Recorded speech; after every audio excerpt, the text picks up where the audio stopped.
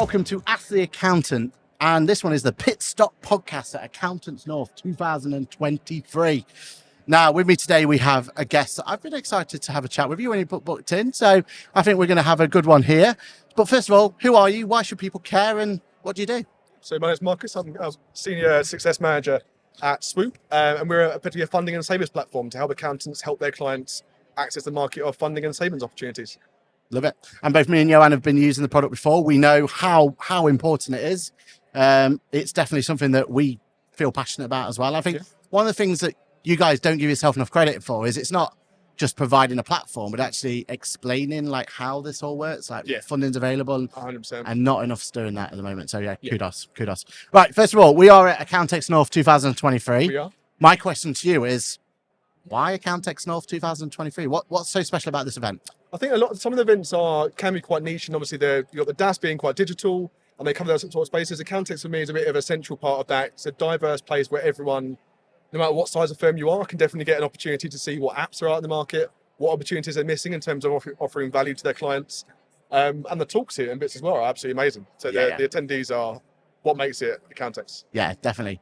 And I feel like Accountex as well has just got that, because with North, we don't have those huge stands like completely dominating. Exactly. Everyone's got that level playing field. I think that's quite special, isn't it? Yeah, 100%. It's Accountex is definitely one of my favourite ones. I'm particularly for the talks. I think is probably my most important, my most favourite part. Whether it's Rachel Harris or the diversity and inclusion, it touched on areas I don't think it's talked about enough. Yeah, I mean, there's one about parenthood. Exactly at the end of the day. I mean, that's and it's good. It's the same way accountants offer it. You're not just an advisor just for the financial side. You're an advisor on their business, and I think that's what accountants are trying to achieve. Be that kind of one place for every accountant to go to help them in their lives. Because with hybrid working and remote working, that's kind of the same thing as your business now. And I think helping every aspect of that to make you a better person and a better business person. That's what facilitates. Love it. All right, so we've been here for half the way now. Yeah. So for the rest of the day, what are you most looking forward to out of Accountex? Is it the after party, or have you got a talk you're looking to get involved in? What are you looking forward to for the rest of the day? I think for me, there's been a couple of talks already. So Rachel Harris's personal brand was absolutely fantastic. I've heard that. Brilliant. Yeah, and all of her content's absolutely great. Has she been on the podcast before? She's not yet. She's waiting for series 2. She's one of the most asked for guests we've ever had. Yeah. And her content creation clinic over there is just absolutely, it's absolutely fantastic. And her team are great as well, to be fair, from what I... But no, the talks are these are ones that I come here for, have already been done so far. But for me, it's just meeting new firms. I think one thing we don't do, we got Sam Horner and Sam TG that are kings of the North, if you like, for Swoop. But for me to actually see firms that we work with in person, I think is the most important part. I think we've had a number of the clients stand already that you see them on screen, but see them in real life, kind of their height, the fact they're 3D. That's for me. It's to seeing our current clients, but also meeting some new firms as well. Love it. So that's your highlight, or that's what you're looking forward to. What's been your highlight so far? What were you halfway through the day? What stands out for you as something that you're going to remember from this event? I'll be honest, it's probably the podcast part of it. The fact that you guys are doing something that not a lot of events do. It's having that kind of live feed of the day, getting a bit of insight from everyone. And I think that one thing I really like about this is the fact that, as I mentioned before, it's not just, here's some vendors that you might want to speak to. It's actually trying to solve the problems that everyone faces, not just accountants. Yeah. Whether it is through the talks or whether it is through the opportunities for the vendors we've got here. It's love the whole thing really. Yeah, and that's what this event's about, right? Yeah, exactly. We've all got these problems, we've all got these issues. Sometimes vendors and accountants themselves, they don't talk about it enough, but actually come to this event. One of the nicest things that can ever happen is go, oh, you know what, I've got the same problem and I'm not alone. It just facilitates a bit of empathy. And I think people really realise that everyone is human. Even if you work at a software company, you still have kids, you still have the same problems everyone else has. I think sometimes you could be a little bit too sterile with your approach to people. And I think just understanding everyone's the same in terms of their problems is important. Yeah. So we've talked a lot about how there's a lot of actionable things from these sort of events, right? There's definitely a reason why these events are useful and going forward. What is your top tip though and it doesn't have to be this event, for any event you've ever done? What's your top tip for making sure that you walk away with this and you make it actionable? How would you walk away from an event like this and go, you know what, I need to consider X, Y, Z. Yeah. How do you make sure you keep yourself accountable for that? The pre-work definitely helps. I think understanding what problems you're trying to solve. one of the things I think is always going to be a challenge is the fact they bundle apps under certain banners. So like forecasting, HR. Yeah. And we know that all the forecasting apps are fantastic, but in their own right. You know, Spotlight solve different problems to Fathom, Futurely solve different problems to Float. Is understanding what problem you're trying to solve and what your clients actually need. And your client needs more than anything. Exactly. Yeah. So that's the biggest thing, I think. It's make sure you come here with intention. And when you do come away with it, you've got a bags of swag, you've got emails coming into your inbox. Dedicate a little bit of time to really sit back and understand, okay, I've spoken to all these firms. Which ones are my short-term sort of must-haves and which ones are the long-term nice-to-haves? And then, you know, attack it a bit more strategic that way. I love it. And you mentioned swag. What's your favourite swag of the event so far? I imagine everyone's probably said it, but it's got to be those top trumps, man. No, not everyone, but no, we'll take it. They're absolutely fantastic. The top trump's absolutely fantastic. There's been a number of people here that I think that now become a new fame being on the top trump. Sam Horner, I think he's got constantly on show, but he meets everyone, so that's great. Top trumps are really good.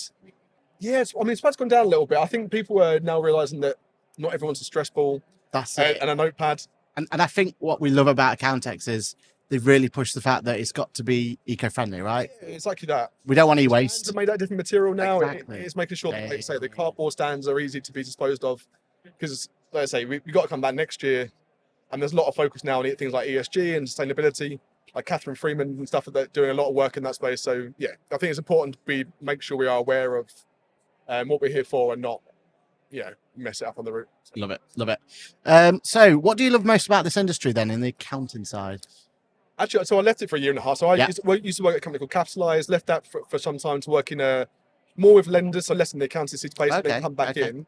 Me personally, I like you can see the impact that you have on the end user, which is therefore going to be the small business. Yeah. I'm passionate about it. I'm probably a bit too nerdy about it, to the fact that I like driving past businesses and pointing out, those guys, I help them with a loan or I help them with this or something like that sort of thing. Yeah. And again, you can see the impact that you have on businesses. So big corporates and big lenders are great to work with. I've worked with those at NatWest, I worked with them at Landscape before here, but seeing an impact of someone getting a grant or saving a bit of money in their utility bills, for me, is the rewarding part. Yeah, and I think that's the whole point of accounting, right? Like, I say this so many times. Most accountants aren't here because we love filing tax returns. Yeah, of course. Love it because we feel like we can make an impact, can make a change. And it's thanks to you vendors that we get to do that. And you only got the best of both worlds, right? You're going to help the accountants help the client, but also help the clients as well. So I mean, it must be rewarding. Without a doubt. You guys are incredibly technically and business advice able. And we're here to help that scale and reduce your time spent on the boring stuff, so you can go out and build those relationships and bring in clients and make the impact that you do, but en masse. Love it. Okay, so that's what you love about the industry. What would you like to change about the industry? Interesting. Well, I think more education that isn't wrapped up in a sales pitch. I think there's a lot of people out there that hide their secret sauce, if you like, behind what they do. Yeah. Whether it is funding, whether it is forecasting. I think the more you educate people and position yourself as it's overused term, but trusted advisor, if you like, is that I think that naturally magnetizes you into those people. We see that a lot, and I mentioned her a lot, but Rachel Harris, Kaylee at Teleroo, there's a number of people in the industry that just give out a lot of content without necessarily asking for anything back. Yeah, definitely. And they've done incredibly well with that. And I think there's a lot of people out there that have a lot in the tank. There's tons of people. Phil Hobden, there's loads of people in the space that have so much knowledge that they give out.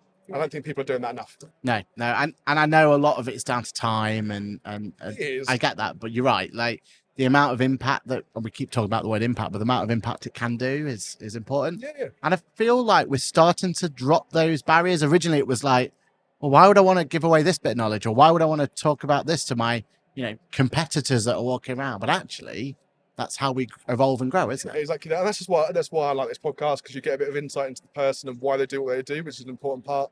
Same thing with Sam Horner did a golf video with Dan from That's amazing, wasn't it? I've watched that so many times.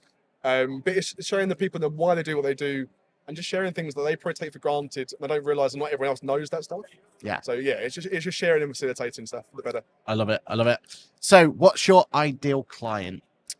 We'd like to say everyone, okay. but in reality, where we have the most impact, and I think where the people have the best mindset for what we do, we solve the problem of access to funding, loans, grants, and equity, is those very sole practitioner of 5 members of staff, multi-partner and multi-office firms. And that is quite broad, but it's really having the time and capacity to have the conversations with the client. Yeah. Being able to dedicate time, because there'll be a period when you are embedding any food process, or a bit of a period of, is this really working? A bit of a latent potential, if you like, where you need to build it into your process, and then you see the upside. So you need to be able to allow that time to take place, and also the types of clients you're serving as well. If you do work with incredibly small businesses that perhaps are quite self-sufficient, or maybe hobby businesses, maybe the impact we have isn't as great. So we need to make sure we have the biggest impact possible. So they're probably our target. I love it. So for where you've had like you've already said you've got kind of a career where you've spanned multiple sectors now and multiple jobs. Sure. Out of all that time, like what's that one piece of tech stack that you can't live without? Is it social media? Is there a social media platform? Is it communication tool? Is it something on an app on your phone? Is there anything that you keep going back to that you would promote above all else? Maybe it's a lot. I quite like LinkedIn. I think it's okay. more because it gives you a bit of an insight into the person rather than the business. Mm-hmm. I don't follow a lot of company pages on there. One, they don't get a lot of reach, and I think that's pretty evident. The fact I don't follow a lot of them, and others probably don't.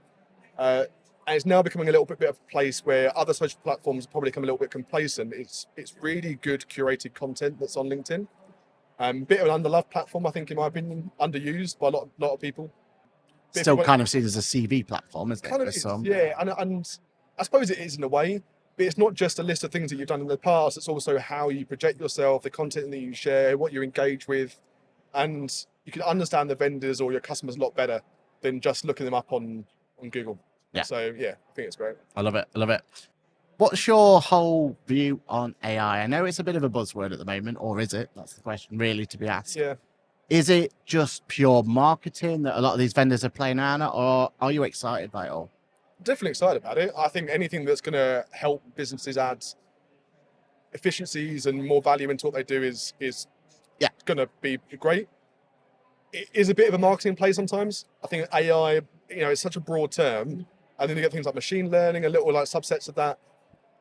I think people need to probably be a little bit careful with that, because it could be a little bit of reputational risk to play that AI game. In reality, it's just, you're building upon old data sets, and that's been about for a long time.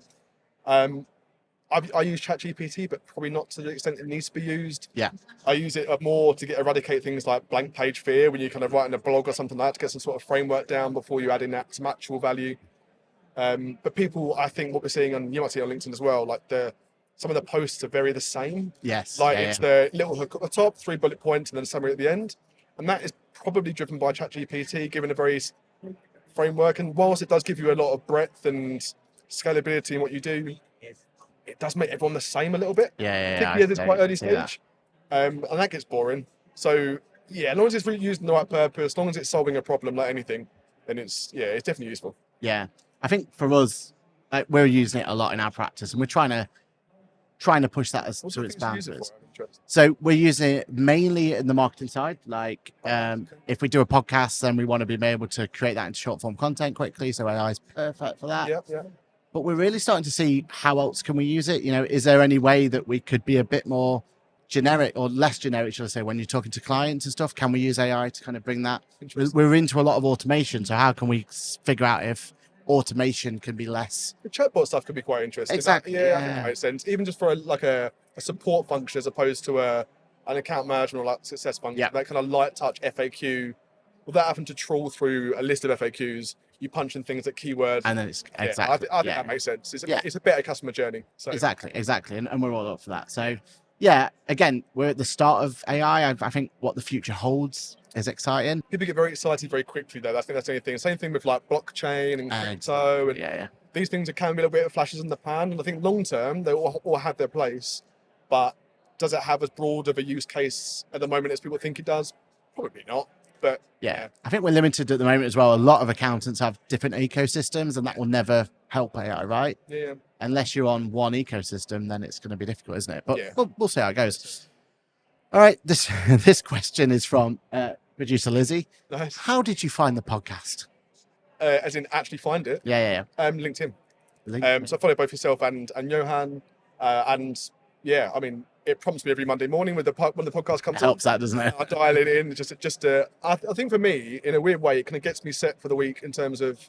So there's a book Grace Beverly wrote about getting yourself in the flow for the work you do, and because you're talking to things that are quite topical when it's on with the firms that I speak about, I share a lot of content you guys talk about. It gets me in the frame of mind for work. So yeah, it's part of my weekly prep. I'll be honest. So yeah, love it. Yeah. Cool. And then the final one is, what would you like to plug? So we've got this camera, this camera, this camera. I'd go for that camera if I was you. Yep. But ultimately, like, just plug away. Like, why should people come to Swoop, like, at the next event? Why should they talk to you about it? And how do they get in contact with you in the first place? Yeah, sure. So why Swoop? So as I mentioned before, we're a funding, grants and loans platform. We've got a team of over 30 specialists in those fields. And why should you use it? There's a lot of opportunity to add value to clients that I don't think's taken, whether it's at the point of onboarding, when you do a credit check, quarterly VAT returns, year-end accounts, where you can add a lot more value when it comes to educating your clients on the access and opportunity they have. So, have a chat with us. Whilst I do have we have a set criteria of clients we like to work with. We work with a number of FDs, bookkeepers, and we want to make sure that you add the most value to your clients. So that's our tagline. I love it. And best place to contact you? Is it LinkedIn? LinkedIn. And you're at most events, right? Like most events. Most if not all. Awesome. Well, again, we use it. So I know Yard's not sat here at the moment, but me and Johan both use the platform. Absolutely love it. I think we need more like you to be kind of pushing that. Make it like, even I'm learning every day about other opportunities out there for clients, and it's a minefield out there, and we need people like yourself to be able to do that. So keep fighting the fight for us, and we definitely recommend our end. So thank you, Marcus. It's been an absolute pleasure. We're definitely going to have to get you on for We Have Cool Friends. Yeah. Only, if anything, to get yourself on the top Trump thing going forward. Exactly. So maybe get a better score than Sam. That's what I mean. It's a hard one, but that's what it's all about. That's what it's all about. So thank you very much, everybody. Thank you for tuning in. Thank you for coming to see this content. We've got lots more content coming up for you, and I'm sure we'll see you soon. And definitely get yourself over at Marcus on his LinkedIn page.